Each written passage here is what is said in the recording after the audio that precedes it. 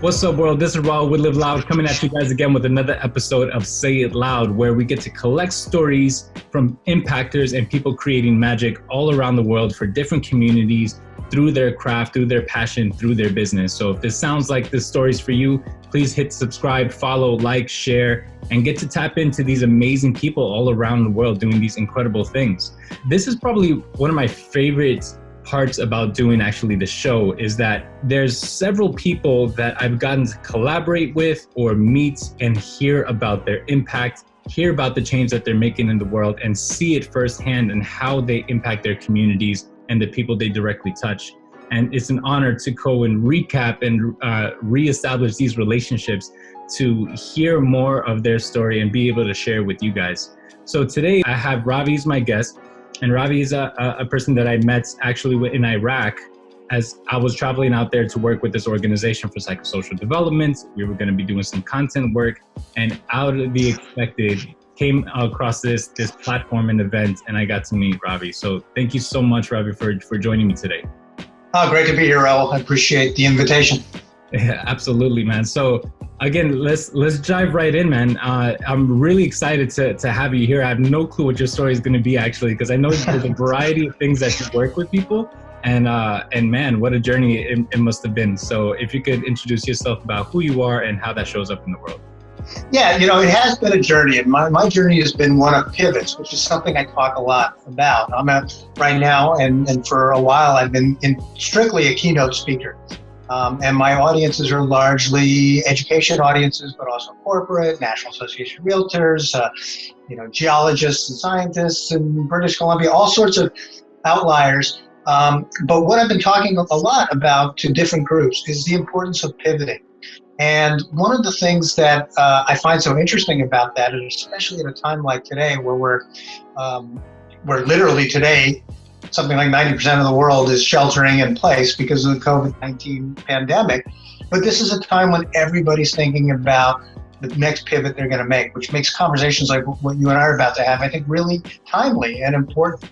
And these are the types of conversations that I try to have with my audiences as a keynote speaker. But I started out as a musician, got into flying airplanes for a while, and I've also served as a cultural diplomat for the U.S. Department of State. One of those missions was the one on which we met when I was working with the State Department and in Iraq. And so you'll see as we talk how this all unfolds. But the whole idea of how we pivot is something that's very important to me. And one constant through my life has been music.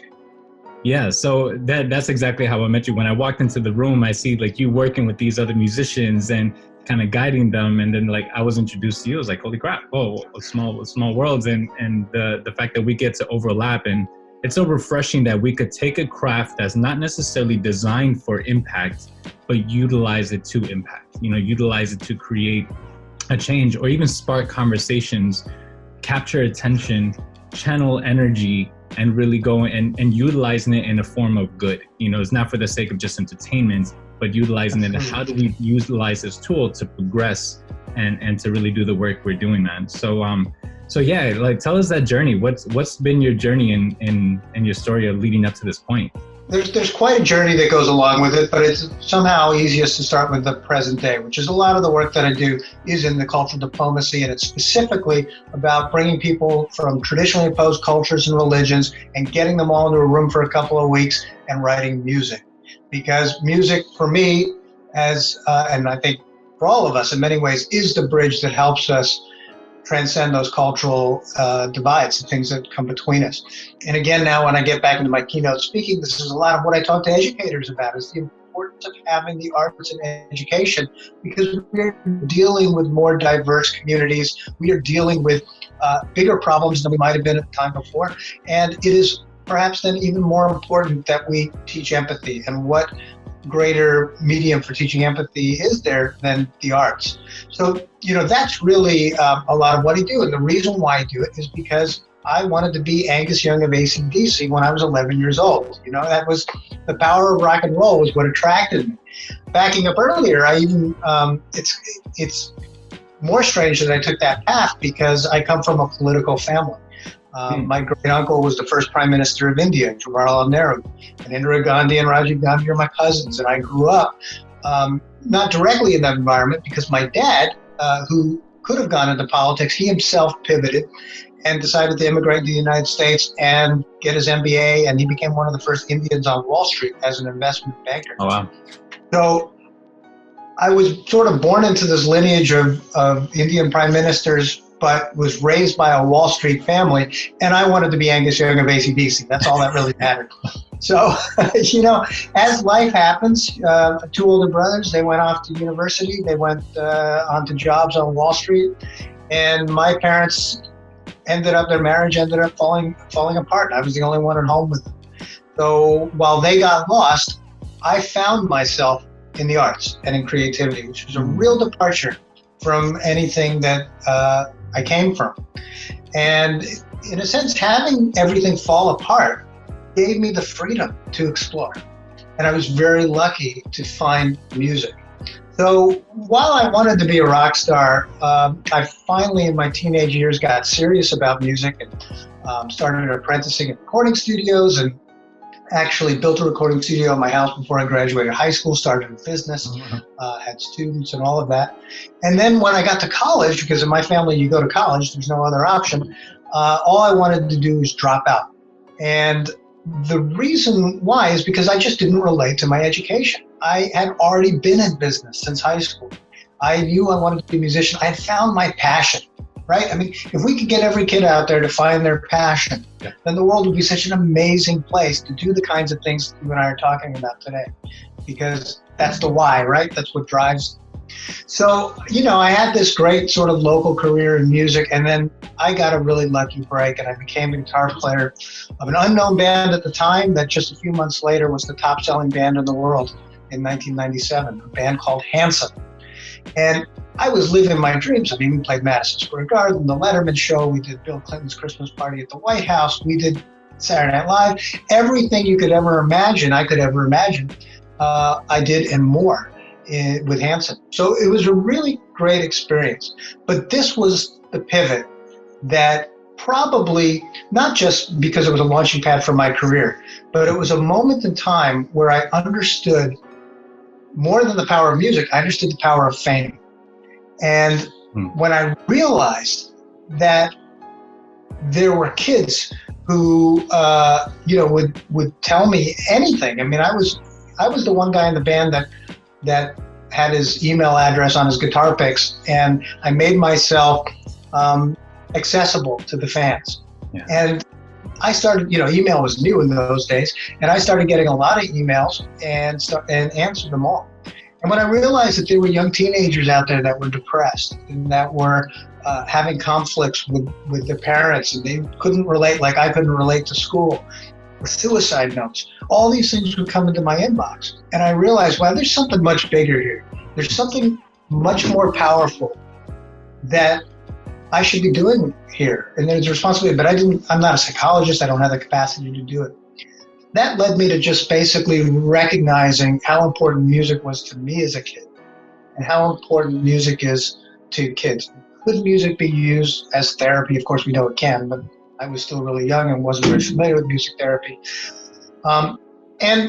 Progressively I started creating some music programs. I lived in New Orleans for a while. I created a music enrichment program for homeless kids in New Orleans, and just started to realize first the power of fame, and what good can be done with that. And then second, the power of music and what good can be done with that. And when you combine these two forces for good, then you really can change the world. And to whatever degree you change the world, but you can have an impact and you can have change. And for me, that's the story that sort of flipped my switch and said, there's something bigger than trying to be a rock star. There's something bigger than that out there in the world that's going to motivate me to continue doing something. And ultimately, I just really want to inspire people to find their passion and to build their lives around things that they're passionate about. Mm-hmm. Man, I absolutely love that story. There's just multiple messages in there that I really want to highlight. I mean, first, even growing up in your family as the other, the person who is kind of going against the grain of, you're supposed to be an intellect, you're supposed to go to college, you're supposed to do this. These are the ways that you're supposed to operate in society, but you had this brewing passion and this call that thankfully that you had clarity on, so you could hold on to it, right? I would imagine that it's easy to get lost and derailed and subscribe to what's supposed to be if we don't have that thing to hold on to. So one, the work that you're doing around the world to work with people on being able to identify that, tap into that, grow confidence in it, believe in it, create a vision for it, and go out and execute. That's really spectacular. And at the same time, there's how many artists there must be out there that get to that point of fame and they made it and then they stop. And that's as big as it gets. But to be there and to make yourself available, I want to tap into that a little bit. That is not necessarily just for the people who are trying to find their path, but those who experience themselves as completely lost and, confronting suicide feelings and that type of hardship. But to utilize this thing of artistry and a universal language of musicality and tap into that as a form of service is really incredible. What made you want to work with these people or see that opportunity why did you make yourself so available? So I did it purely for opportunity and business reasons. One thing that I really knew at the time going into this was that HANSON's rise to the top was very quick. I knew the fall would probably be just as quick. And so there's a limited amount of time you have to set up your next pivot. And basically that's what I was trying to do. I realized this was an opportunity and I didn't want to let it go. But I was very much focused on me. I was very much focused on my career. And that's where I say that fame taught me about the power of what you can do for others with that. And by the way, to just emphasize, it's that's what I learned by sort of being in the limelight and being around really famous people. Fame didn't last for me. It was very temporary. It was very narrow. And, my career in the music industry essentially collapsed. But at that point, I had the motivation to use, I guess the fame taught me that there's something powerful to do here. And I think that's what's really important. I didn't do anything with the fame. It's what the fame taught me to do. So I say that because you don't have to be famous to change the world. That's my point. Yeah. And teachers change the world. They're not famous. Teachers change the world unbelievably. They may not be famous, but they have that power. They have that responsibility. They have that opportunity. So it wasn't that I was able to use fame for that. It's just that that's what fame taught me to do. Mm-hmm. And so that's what I've continued to do that. And it's just evolved into so many different things. When in 2008, when the economy collapsed, I just saw everything I had built in music for my own career as a singer-songwriter post-HANSON collapse with it. And I said, I want to do something else. And I decided, I've always wanted to learn to fly airplanes. Why don't I go get my pilot's license? And I met a flight instructor, and we actually bartered flight lessons for guitar lessons, and which was great. And so he taught me to fly, and I got really involved in the aviation industry for the same reason, because I thought, wow, the magic of flight, one of humanity's greatest achievements. And now I'm part of that. This is my passion. There are so many kids out there that need to recognize how awesome this is. They need that experience. Not just looking into their devices all the time, but looking into the sky and realizing that they too can participate in one of humanity's greatest achievements. This is where my speaking career really started to take off, because I was an aviation speaker, helping sponsored by the aviation industry because there was a pilot shortage. But my message was to kids to say, come check out this industry. Come check out one of humanity's greatest achievements, because you can be part of that. And what you'll learn from that, what you'll experience from that, the life experiences, the lifelong learning, the experiential learning, all of these components were things that I would talk about. And this is why now I speak so much to educators, because the cockpit of an airplane was the greatest classroom I'd ever been in. And I think we can make every classroom the cockpit of an airplane, metaphorically. So that's the journey that took me into the keynote speaking. But here's something that was really interesting in aviation. I'm always looking at statistics and cross-referencing information. And one of the things I discovered was that 49.7% of pilots play a musical instrument. Get out, wow. It's one of the highest crossovers in the aviation industry. So I started using my musicianship in aviation to try to attract younger people to the airport. I partnered with other companies that were involved in both industries, like Sennheiser, who makes great audio equipment. They also make pilot headsets. So I got sponsorships from companies like them, and we started setting up stages on runways and bringing people to the airport and playing music. Instead of doing house concerts, we were doing hangar concerts. We were doing all these types of things based on the fact that there were so many pilots that had an interest in music. And what do the millennials say? That their number one interest is music. So this was a way to grow the pilot population through music. So that's how I got involved a lot with an industry that you wouldn't think had anything to do with music, but music was the catalyst that helped solve that problem. So that was that transformation. And then I developed an ear infection, which wiped out my vestibular system, so I couldn't fly anymore. And when I decided I couldn't fly as a pilot, I could still fly as a passenger, key point, because I decided I want to go global and I want to start doing some work around the world.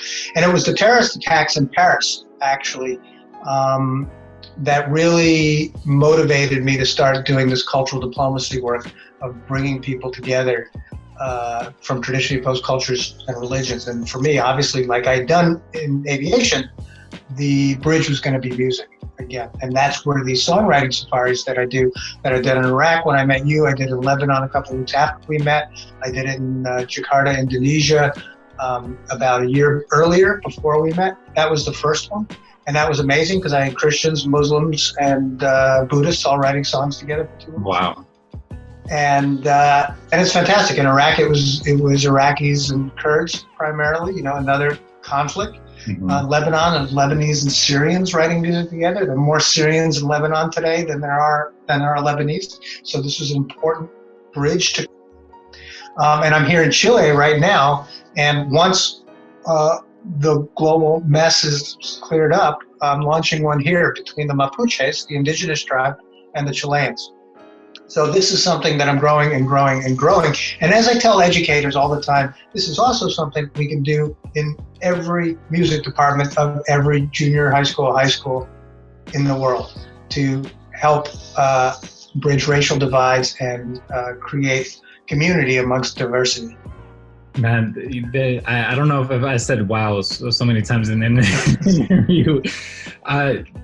This is just brilliant, man. I'm really fascinated that how your ability to see the connections and things that might not necessarily have a clear bridge to one another, so like the aeronautical point of view to the musical and that type of intricate balance and how to integrate it into what could be. I'm really fascinated by that. It's funny that you're saying that stuff. Like ever since I was younger, I wanted to get a pilot's license. So I'm like, today I'm going to get it for that. And I play music. So I'm like, okay, cool. Maybe there's some synchrony here. There you go. Funny story. One of my sponsors in aviation was a guitar company, actually. And the reason was because they made a guitar that folds. And one of the problems that flying guitar players have is that, especially in private aviation, is they can't fit guitars in the cockpit of a small airplane. So my call sign in aviation is the Raviator. And so we did a Raviator guitar. But that's another one of those examples of, just sort of finding these odd micro markets. It goes back to the business concepts to develop. But it is a mindset. It's a mindset that I feel lucky that I have, but it's a mindset that I also know we can teach. Yes. It's not that complicated. It involves some of the basic skills. It involves social skills, to have conversations so that you discover these things. And it involves curiosity, it involves critical thinking, it involves all the things that we know that every child deserves to be taught. So. Yeah.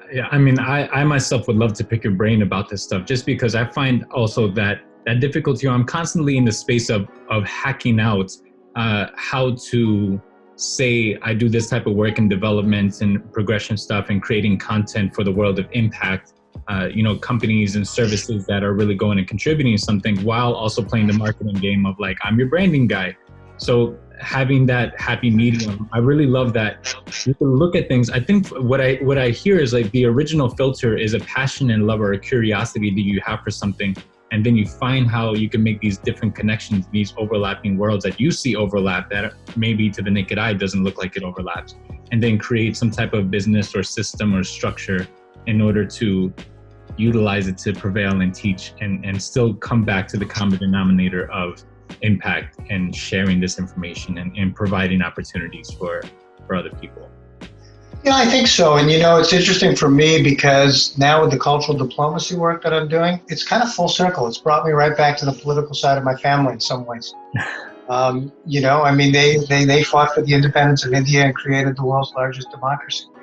And so, now it's funny that my journey has led me to a place that is probably the closest to my ancestors, that I've ever been.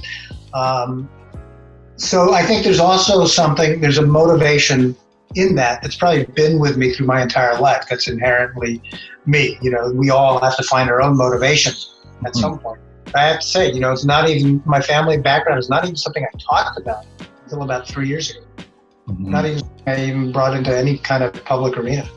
Yeah, and that's amazing that you get to share that story, because I know must be tons, and again, I include myself in this, of finding out what is that happy medium, what is that synchrony, and how do things come full circle with like the passion and the heart of wanting to impact and wanting to create something sustainable while being able to simultaneously tap into the way things function externally in business, in a system, or in industries, and find this win-win on how to thrive with that. So the game is constantly elevating. So that's. And there's some very basic principles that rattle around in my head all the time, which is questions that I ask myself every day, like, what do I have to lose? People don't want to take those opportunities because they're afraid of taking a risk.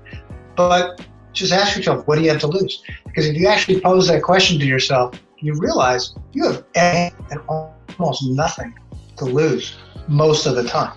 Mm-hmm. And when you realize that, it frees you up to take a risk. And then the other question that I ask myself every day is, what did I fail at today? If I didn't fail at something, if somebody didn't reject me, then I didn't try hard enough. I didn't step out of my comfort zone to do something different. And I think those two concepts are very much tied together and are part of the reasons why, I've been able to do the things that I've done. As I tell my keynote audiences all the time, I have the luxury of standing up on stage for an hour and telling you about my successes. If you want to talk about my failures, we got to stand here for another 3-4 hours. Yeah. Because there's a lot of things that don't work, but that's great. That's part of it. Failures are the stepping stones to success. So, I want to fail, as they say in business, fail fast, fail often. Mm-hmm. Because that's how you learn. Yeah, and that's such a great point, because there's so many people that I would imagine look at failure as in being rejected, or look at a failure as if it didn't work out as expected to. But if we associate that of finding out that's just a method that didn't work, now what could work, and that's not necessarily failure, the biggest things that often stop us is our emotional experience in that journey rather than the hard stop, because there's rarely really a hard stop to the failure of really pursuing something. It's mostly the things that the disencouragement or our mindset, or how we relate to that I think becomes the most burdenful thing, or the most fearful thing in the process of journey. Yeah, for me, FAIL is an acronym. It's an acronym for first attempt in learning. So, it's really, and that's really what it is. And so I think that's another very important thing I talk to my audiences about is encouraging students to fail, so that they can have that experience of falling down and getting back up. We're such an achievement-based education system, especially in the United States, but really around the world. But if we weren't so focused on achievement, we were focused more on actual learning and recovering from when you fail, then I think a lot of people would grow up feeling more confident about trying to do the things they're passionate about. It comes back to the passion. Yeah, I want to highlight that, man. If our focus could not be necessarily in achievement, but in learning, then there's so much that we could accumulate in that process. That is gold. I think that for so many people, in the progress of creating something is, have I arrived yet? Have I arrived yet? Have I arrived yet? Rather than reflecting on what did I learn today about this journey? What did I discover in my success or failure in the temporary movement of things turned out the way I expected or things didn't? And so to really embody that, it's such an incredible filter to have in the process of creation. Yeah, I really think that these are the keys. I'm writing a book right now called Pivot: How Small Shifts in Education Will Make Big Changes in the World. And that's it. You know, it's like, it's really not rocket science, and it's really not reforming everything, and it's not reinventing the wheel. It's none of that. It's just changing a simple thing, like instead of looking at achievement, let's focus on learning. You know, and even in this age, you know, we're heading into a really interesting, into a very interesting environment with technology and artificial intelligence, and even this whole COVID-19 thing has accelerated technology in the lives of schools and families and working from home. You know, I really believe that in the future, we're not going to be defined by jobs and careers. You know, the conversation isn't necessarily going to start with what do you do? It's going to be, you know, what do you believe? What are your values? Who are you?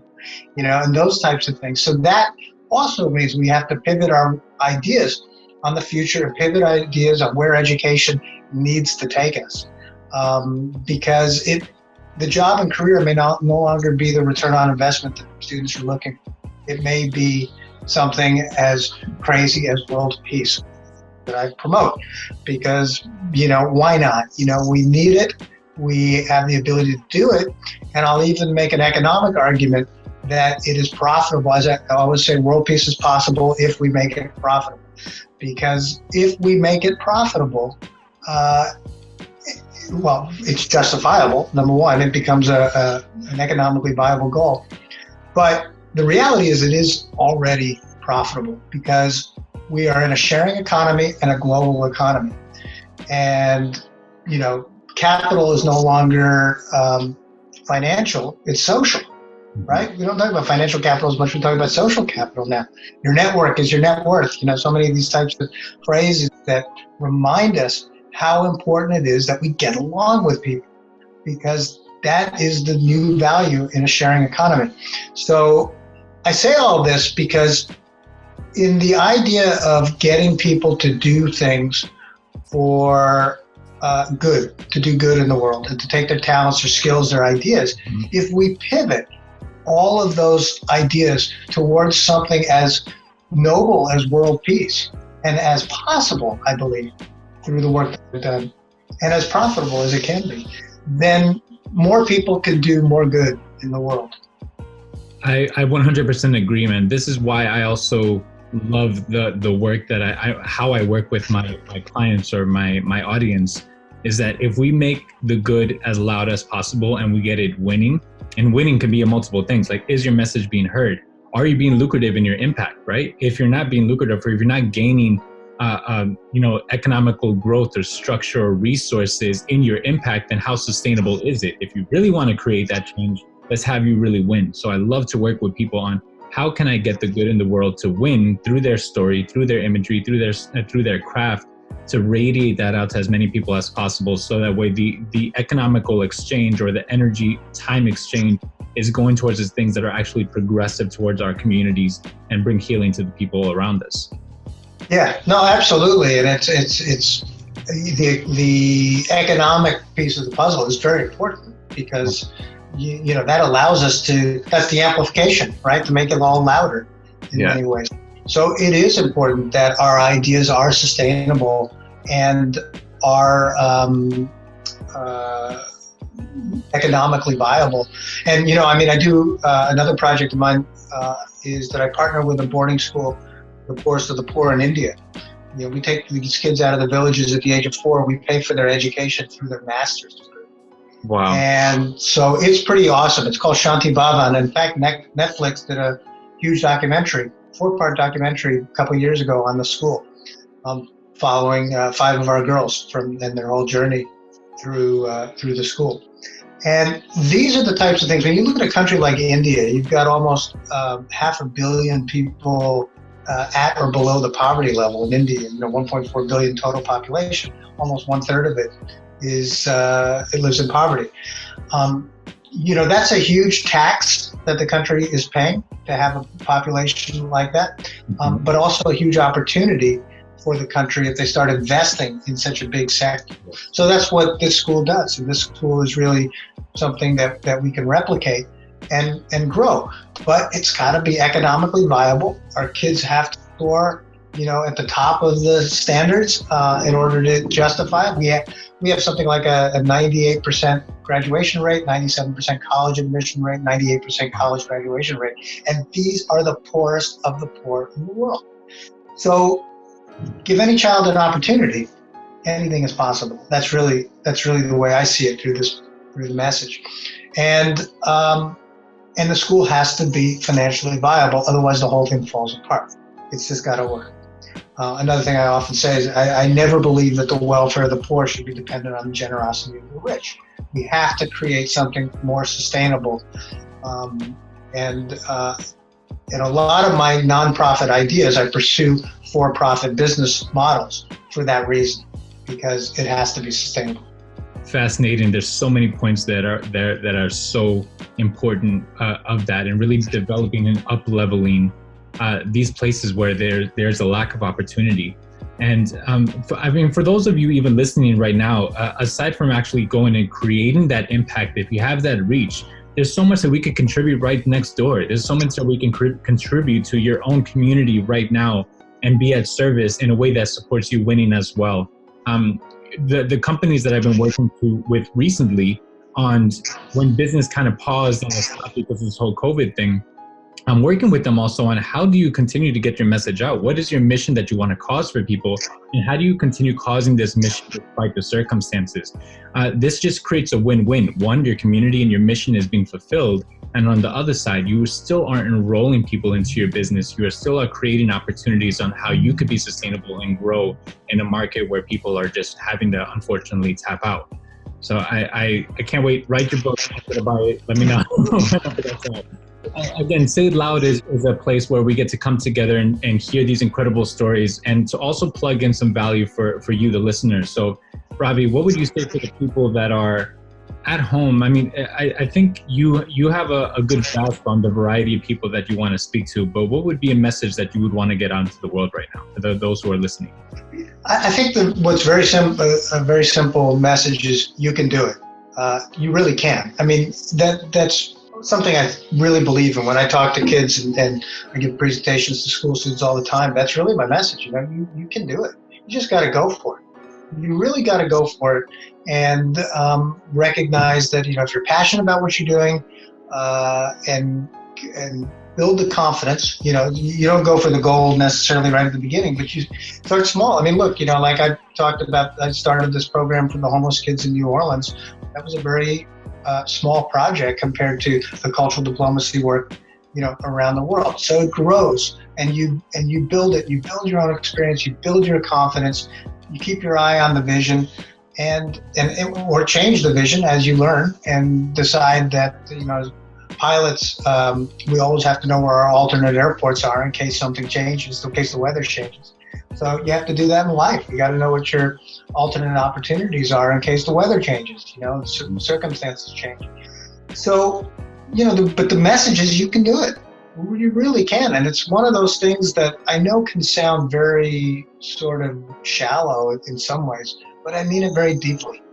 Everybody out there has a passion. If you haven't discovered it, just be patient. You will. Keep looking for it. Keep trying, keep experimenting and exploring, and always be curious, because then you will stumble across that passion. The other side of it too is doing good for humanity is doing good for business. That's something I realized, not the other way around. If you can build a business and then try to do your